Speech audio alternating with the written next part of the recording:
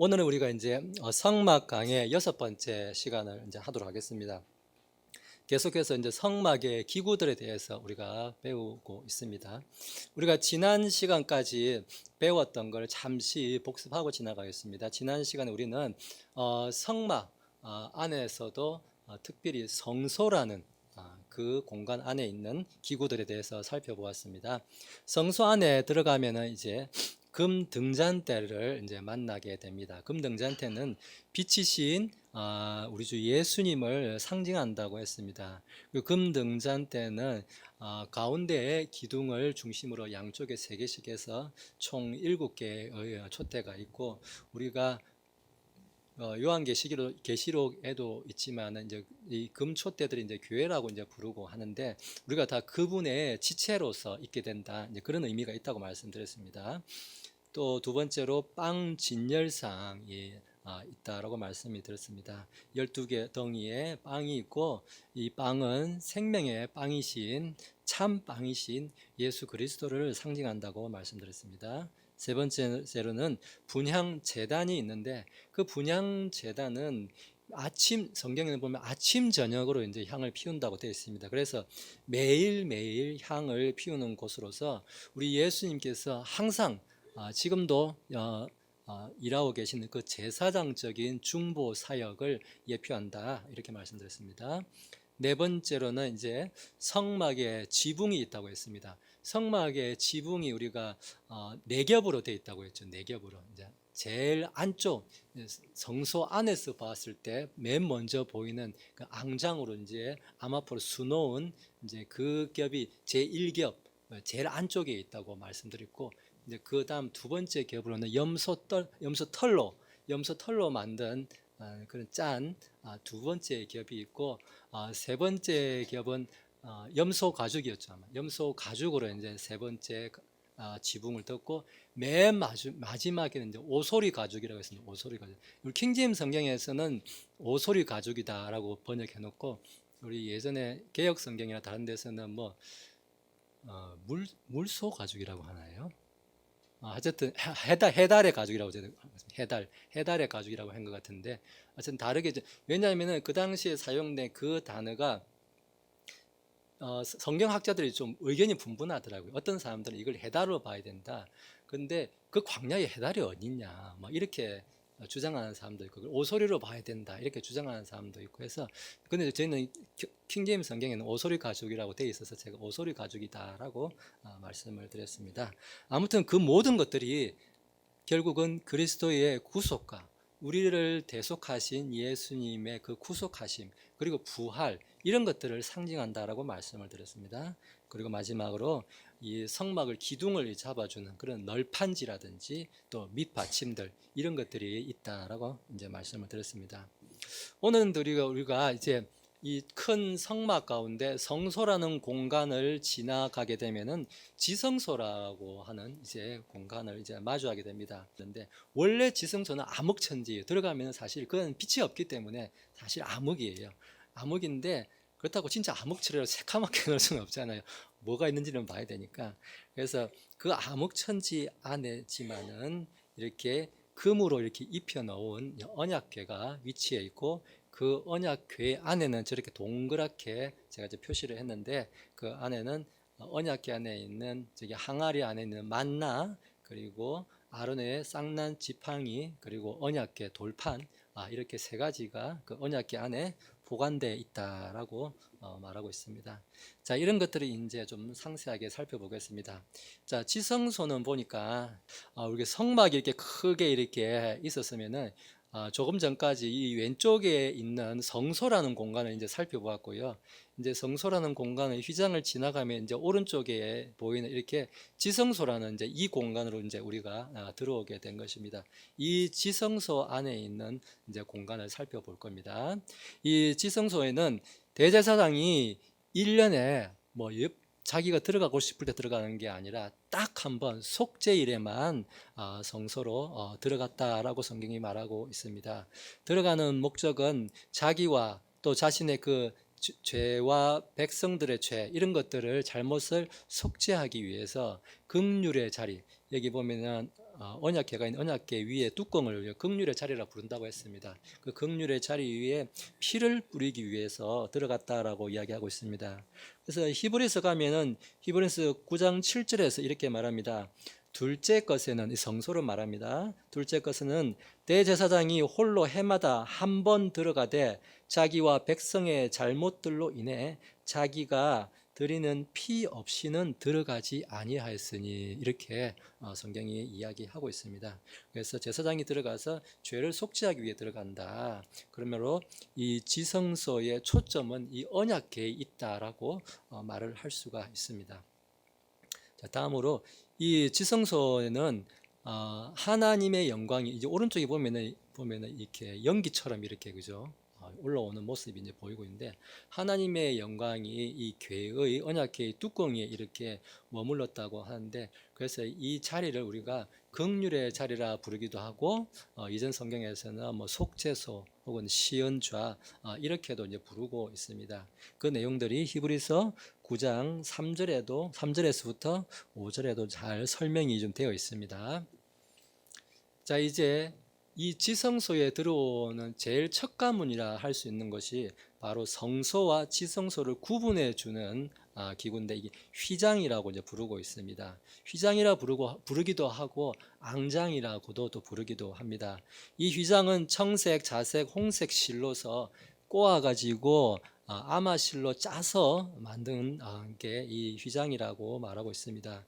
그 위에 이렇게 무늬가 있는데 보시면은 아마 잘 보이실지 모르겠는데 이 그룹이 두 그룹이 서로 마주보고 있는 그러한 무늬를 하고 있습니다. 그리고 기둥이 이렇게 네 개가 보이는데, 우리가 시팀나무, 아카시아 나무라고 하죠. 시팀나무, 아카시아 나무, 조각목이라고 하는데, 이 나무로 만들고 여기에다가 이제 걸려 있는 이런 형태를 하고 있습니다. 그러면 이 휘장의 역할이 어떤 거였냐? 앞에서도 잠깐 이야기했지만, 이 휘장을 건너가게 되면 이제 지성소 안에 들어가게 되는데, 언약궤가 그 보관되어 있는 그 성소의 공간과 밖에 있는 아까 우리가 뭐 보여주는 빵이라든지 향제단이라든지 이런 것들이 있는 성소와의 공간을 구분하는 역할을 하고 있습니다. 그래서 이것들을 통해서 우리는 어떤 의미를 찾을 수가 있냐면은, 하나님과 사람 사이에 이런 장벽이 있었다. 장벽이 항상 이게 존재하고 있다. 그래서 이 장벽이 있는 것을 이 당시만 해도 대제사장만이, 아무나 못 들어가고 대제사장만이 피를 가지고서 들어갈 수 있다라는 것을 우리가 이 휘장을 통해서 그 의미를 알 수가 있습니다. 그래서 이 휘장은 저도 좀 이번에 처음 알게 됐지만은 재밌는 게, 여기 보면은 결이 세로로 이렇게 결 무늬가 있는데, 여기 중간에서 열리지 않을까, 저는 이제 그렇게 생각했는데, 이 휘장은 중간에서 열리지 않는다고 합니다. 이게 하나의 통으로 돼 가지고 중간으로 들어간 게 아니고, 이 옆으로 가로해서 이렇게, 이 가로해서 휘장 옆으로 해서 지성소 안으로 들어갈 수 있다고 합니다. 이런 내용들은 출애굽기 26장에 보면은 이제 자세히 설명이 되어져 있는데, 나중에 이제 솔로몬이 예루살렘 성전을 지을 때도 여기서 제시된 이 규격들 4.5m, 4.5m 이 규격들을 준수해서 비슷한 설계대로 지었다라고 기록을 하고 있습니다. 그래서 우리는 이 휘장을 통해서 어떤 의미를 찾을 수가 있냐면은, 예수님께서 죽으실 때, 그 십자가에서 죽으시자 이 성전에 있는 휘장이 위에서 아래로 찢어졌다라는 것을 우리가 잘 알고 있습니다. 그래서 아무나 함부로 들어갈 수 없었던 이 휘장이, 이 베일이 위에서 이제 아래로 찢어졌다고 하는데, 이것은 이제 밑에서 이렇게 사람이 찢어 올린 게 아니라 위에서 찢어졌기 때문에 우리가 하나님께서 이 길을 우리에게 열어주신 것이다. 하늘로부터 이 길이 열린 것이다. 이렇게 우리가 예표한다라고 말할 수가 있습니다. 자, 그러면 이제 휘장을 지나서 이제 지성소 안에 들어오게 되면 우리가 언약궤라는 이 궤를, 이 덩그러니 있는 이 궤를 이제 만나게 됩니다. 언약궤는 사실 하나님께서 모세에게 성막을 이제 지으라고 명령하셨지만은, 가장 먼저 이렇게 지으라고 명령한 것이 바로 맨 처음 만든 기구가 이 언약궤라는 것입니다.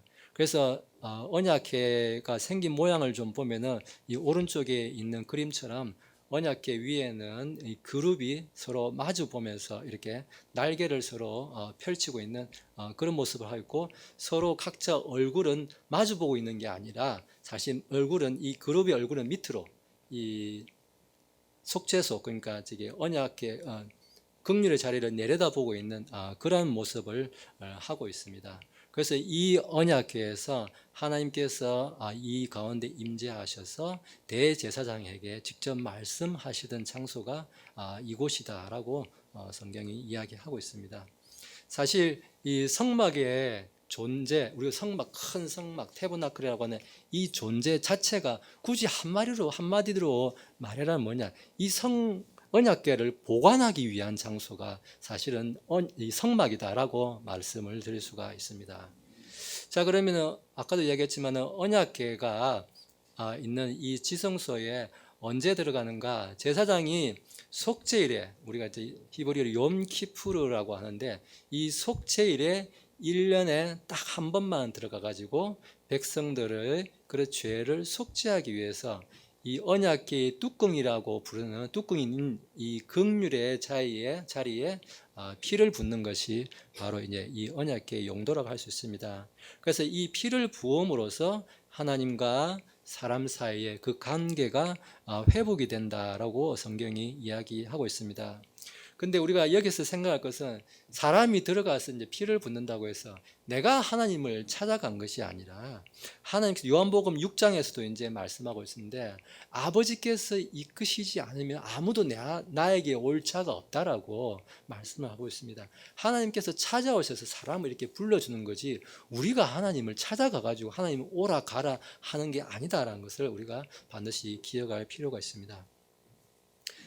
이 언약궤는 어떻게 만들어졌는가 이렇게 보니까, 이 언약궤는 이제 크기가 좀 큰데 밑에 크기가 나와 있는데, 이제 가로 세로 높이가 115cm, 한 70cm, 70cm 이렇게 되어 있는데, 저도 이제 시골에 있을 때 저희 집에도 이제 시골에 옛날 집엔 다 그런 게 있는 것 같습니다. 괴짝 같은 게 지금 생각해 보면 딱 요 크기 비슷해요.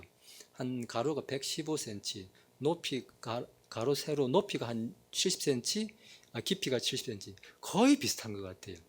약간 괴짝이 시커매가지고 지금 생각하면 이 언약궤랑 신기하게도 사이즈가 비슷한 게 저희 집에만 있는 게 아니더라고요. 다른 집에도 가니까 그런 비슷한 게 옛날 집에 보니까 있던데, 아무튼 그 정도 사이즈가 되는 것 같습니다. 이걸 처음부터 끝까지 다 금으로 이거 처음부터 쇠 금으로 만들면 아마 무거워서 들지도 못할 거예요. 아까 우리 그 뭡니까, 휘장에 있는 그 기둥들처럼 시틴 나무로서 이 아카시아 나무로 만들고 그 금으로서 이렇게 입혀서 만들게 됩니다. 그 테두리에는 보면은 이렇게 이렇게 쭈삣쭈삣한 이런 테두리를 이렇게 왕관처럼 이렇게 둘러난 그러한 모양을 하고 있습니다. 또 뿐만 아니라 옆에 보면 막대기 같이 이렇게 길게 나와 있습니다. 이거는 이제 들고 이동할 때 사용하는 건데, 이 또한 이 나무로 만들고 그리고 금으로 입혀서 사용을 하고 있습니다. 여기에 대한 내용은 출애굽기 가면 25장 10절부터 16절 사이에 또 잘 설명이 되어 있습니다. 제가 그래서 지금 여기까지 언약궤에 대해서 대략적인 설명을 해드렸습니다. 근데 우리가 성경에서 보면은 여러 가지 있었던 사건들을 통해서 이 언약궤, 하나님의 이 언약궤라고 하는 것, 그것을 좀 예표하는 것을 우리가 찾아볼 수 있지 않을까. 성경에 묘사된 세 가지 궤에 대해서 한번 우리가 좀 생각을 해보도록 하겠습니다. 먼저 이 언약궤를 예표한다고 할 수 있는 게 맨 먼저 노아의 방주, 그래서 우리가 노아의 궤 이렇게 불러볼 수가 있겠습니다. 노아와 그 8가족이 이 물로서 하나님께서 심판하시는데, 이 심판으로부터 하나님이 이 방주를 만드셔 가지고 그 안에 사람을 집어넣으시고 하나님께서 그 문을 닫으셨는데, 그래서 이 방주를 통해서 마치 그 언약궤, 그 궤짝처럼 이렇게, 실제로 노아의 방주가 요즘 요트처럼 요란한 게 아니라 그냥 궤짝처럼 그렇게 딱 만들어졌어요. 길쭉하니 이렇게 궤짝처럼 만들어졌는데, 그것을 통해서 사람을 구원하시는 것을 이렇게 드러내 보여준다라고 생각할 수 있고, 두 번째로는 이제 모세의 궤, 모세가 이제 태어났을 때 그 뭡니까, 이집트 왕 파라오 왕, 그죠? 바로 왕이 이 유대인들을 다 이제 죽이라고, 유대인 남자 아이들은 다 죽이라고, 어떻게 보면은 모세에게 내려진 사형 선고라고 할 수 있죠, 그죠? 이제 그 사형 어린 모세한테 이 사형 선고가 내려졌는데, 모세의 어머니 요게벳이 이 갈대 상자를 만들어서 모세를 이렇게 구출하는 그러한 장면들이 이제 기록이 되어 있습니다. 근데 참 이렇게 두 가지 이 지금 괴를 먼저 말씀드렸는데, 노아의 괴가 있었고 모세의 괴가 있었는데, 이 두 가지의 공통점이 있습니다. 두 가지 다 성경에 보면 역청을 발랐다고 했습니다. 역청이라는 걸 왜 바르냐면은 방수하는 거예요. 방수 작업. 요즘에 보면은 아스팔트 이렇게 포장할 때 보면은 기름처럼 찐득찐득한 거 있죠. 이렇게 이제 이런 거예요. 이런 거. 그래서 그 당시에 이런 거를 발라가지고 밖에서 물이 스며들지 않도록 이제 했다. 스며들지 않아야 이게 침몰을 안 하겠죠. 이게 물이 스며들면은 아무리 방주를 탄들 바구니를 탄들 그냥 침몰하면 그냥 죽는 거예요. 그래서 이걸 반드시 역청을 발라야 이렇게 살 수가 있는데, 히브리어로 이 역청을 바르는 것을 카파르, 바르다는 것을 카파르하고 하는데, 이걸 덮다라는 것을 덮어주는 거죠. 이렇게 감싸주고 덮어주는 것, 또 이렇게 화해하다, 이제 그런 의미가 이 카파르라고 하는 히브리 원어가 있는데, 이거 우리 속죄, 우리 죄를 이렇게 덮어준다는 거예요. 마치 이게 언약궤 위에 있는 그 긍휼의 자리가 우리 죄를 마치 대신 덮어주듯이 이렇게 덮어주는 의미가 있는 것입니다.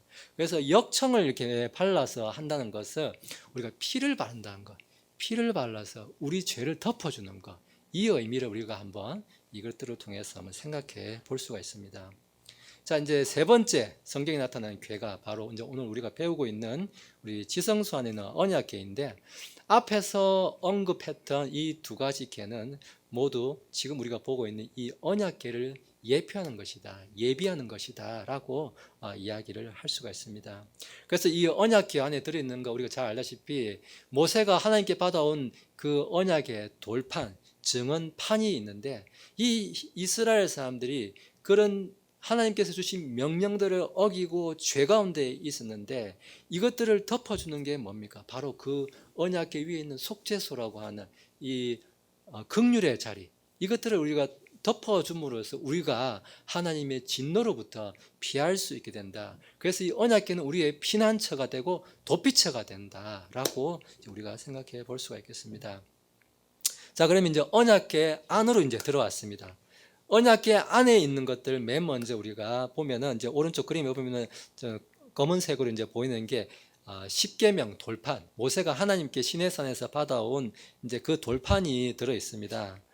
그런데 모세를 이제 기다리는 동안 이제 이스라엘 백성들이 막 우상 숭배를 하죠. 금 송아지를 만들고, 그래서 이런 것들 다 우상 숭배하지 마라, 이제 그런 것들이 이 돌판에 다 기록이 되어 있는데, 하나님께서 이제 사실 어떻게 보면은 그 안에 죄가, 이 돌판에 기록된 이스라엘의 죄, 결국 나아가면 우리의 죄인 거죠, 그죠? 이런 죄들을 다 그 안에 담았다라고 우리가 생각해 볼 수가 있습니다. 그래서 이 율법의 돌판, 이런 것들은 사람들이 하나님께 순종함으로써 우리가 그분께서 베푸시는 그 은혜로서 우리를 지켜주시는 이 은혜를 경험할 수 있다, 이렇게 생각해 볼 수가 있습니다. 두 번째로 이제 언약궤 안에 있는 거, 만나 항아리, 만나가 들어있는 이 항아리입니다. 사실 그 항아리가 중요한다기보다 그 안에 있는 만나예요, 만나.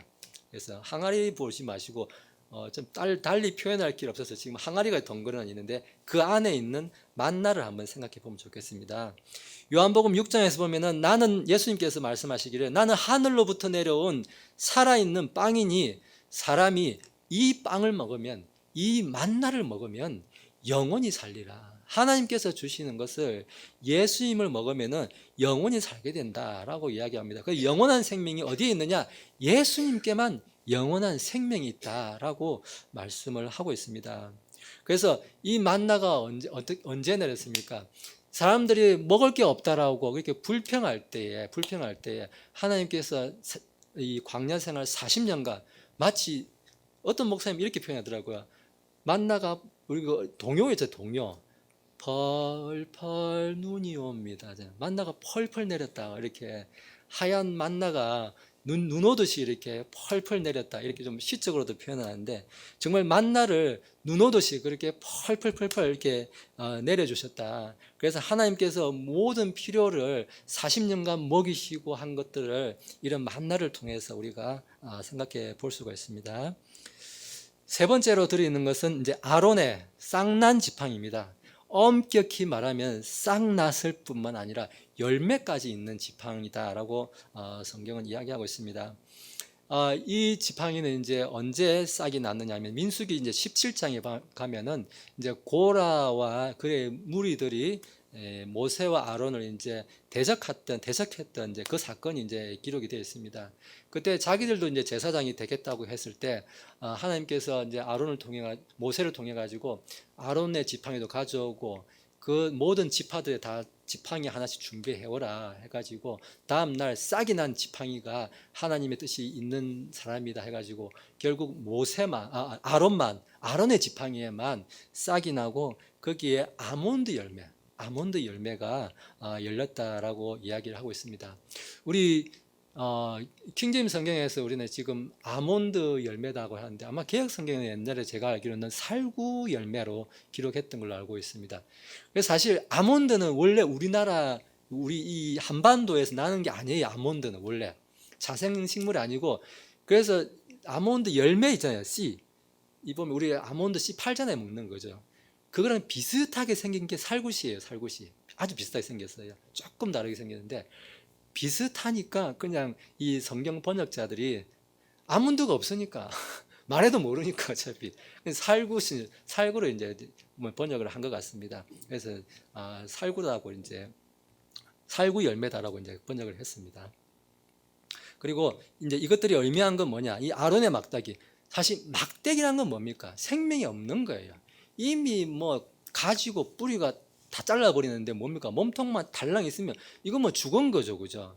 죽은 것에서 하나님께서 그 다음날 바로 잎이 나게 해주시고 잎이 날 뿐만 아니라 아몬드 열매까지 주셨다. 그래서 무생명에서 생명으로 이렇게 죽음에서 사망에서 생명으로 부활을 주시는 하나님, 이것들을 예표한다라고 우리가 생각해 볼 수가 있습니다. 그리고 이제 우리가 보게 될 게 긍휼의 자리, 이제 이 언약궤의 뚜껑이다라고 이제 생각하시면 될 것 같습니다. 속죄소라 부르기도 하고 시온자라고 부르는데 언약궤 위에 당연히 위치해 있습니다. 위치해 있고 양쪽에는 그룹이 서로 마주보고 있습니다. 그래서 하나님께서 이 그룹들 사이에 내려오셔서 제사장에게 말씀하시는 곳이 이 긍휼의 자리다라고 이야기하고 있습니다. 제사장은 그래서 1년에 한 번 들어와서 이 긍휼의 자리에 이 뚜껑 위에다가 짐승의 피를 뿌림으로써 하나님의 심판이 은혜와 긍휼로 변하는 것을 이렇게 경험하게 됩니다. 그래서 이 뚜껑은 근데 순금으로 이제 만들어졌다라고 기록하고 있습니다. 근데 여기에 중요한 진리가 있습니다. 순금으로 만드는데 여기 모양이 보면 어떻습니까? 지금 그룹, 천사, 우리 천사는 아닌데 그룹이라는 한 천사의 종류예요. 이렇게 날개를 펴고 있는데 그냥 이걸 만들기엔 사실 쉽지가 않잖아요. 그래서 조각조각을 만들어서 이어붙이면 참 쉽겠는데 그러지 않아요. 한 덩어리를 망치를 오로지 두들기하고 이게 단조한다고 합니까? 두들기는 걸. 그렇게 두들겨 가지고 이 모양을 하나하나 만든 거예요. 한 덩어리. 참 이렇게 할 수 있다는 게 이거 요즘 이야기도 아니고 수천 년 전의 이야기잖아요. 이걸 어떻게 만들었을까 싶은데 이것이 예표한 것이 뭐냐? 우리 예수님께서 어떻습니까? 갈보리 십자가에서 그 망치와 못으로 두들겨 맞으셨잖아요. 손에 그 못이 박히고 채찍을 맞으시면서 이렇게 그러시면서 우리 죄를 대속하셨는데 지금 이 속죄소도 마찬가지, 긍휼의 자리도 마찬가지로 뭐 이어붙인 게 아니고 이것 붙이고 저것 조금 한 게 아니라 오직 매를 맞고 그렇게 하면서 만들어지는 게 이 긍휼의 자리다. 그래서 이것이 예수님의 그 우리 구속 사역을 예표하고 있다라고 우리가 생각해 볼 수가 있습니다. 그리고 다음으로 우리는 예수 그리스도의 이제 중재하는 이제 구속 사역을 완전하게 보여주는 그림이 이 긍휼의 자리다라고 이제 말했는데 로마서 3장에 가면 3장 25절에 하나님께서 그분의 피를 믿는 믿음을 통해 화해 헌물로 제시하셨다라고 말하고 있고, 히브리서 9장 5절에서는 이 궤 위에는 긍휼의 자리를 덮는 영광의 그룹들이 있다고 하는데, 제가 아주 굵은 글씨로 화해 헌물이라고 표시해 있고 또 밑에는 긍휼의 자리라고 표시했습니다. 이 두 가지 다 그리스 원어로는 힐라스테리온, 이렇게 보고 있습니다. 이 다른 단어로 쓰고 있지만 그리스 원어로는 같은 말로서 힐라스테리온이었는데 속죄소란 겁니다. 누가? 예수님께서 바로 이 속죄소가 되셔서 화해 헌물로, 하나님과 사람 사이에 화해 헌물로 드려지셨다라고 성경이 또 이야기를 해주고 있습니다. 그래서 만약에 이 속죄소가 언약의 궤 위에서 이렇게 덮으면서 자리해 주고 있지 않았다면은, 우리가 만약에 이렇게 한번 생각해, 뚜껑이 없어요. 그러면 우리가 언약궤를 봤을 때 그 안을 바로 내려다 볼 거예요. 사람의 눈이 바로 내려다 볼 거예요. 하나님의 그 말씀과 하나님의 명령, 하나님의 율법을 사람이, 죄인이 직접 볼 때 어떻게 됩니까? 바로 죽음을 당하게 됩니다. 그 죽음을 막아주는 역할이 누가 하느냐? 속죄소. 속죄소를 예표한 건, 속죄소는 누굴 예표한다 했습니까? 예수 그리스도. 예수 그리스도께서 하나님의 이 율법, 오직 죽음으로서만 감당할 수 있는 이 율법을 막아주시는 역할을 하신다라고 이야기하고 있습니다. 그 말씀들이 출애굽기 25장 17절에서부터 이렇게 또 설명을 하고 있습니다. 이제 벌써 마지막까지 왔는데요. 마지막으로 제가 이제 이 한 가지를 좀 첨가했습니다. 이건 사실 기구라기보다 우리가 지성소까지 들어왔는데, 지성소 하면은 빼놓을 수 없는 요소가 뭐가 있을까? 바로 구름 기둥과 불 기둥으로 임하신 하나님의 임재를 우리가 빼놓을 수 없다는 것입니다.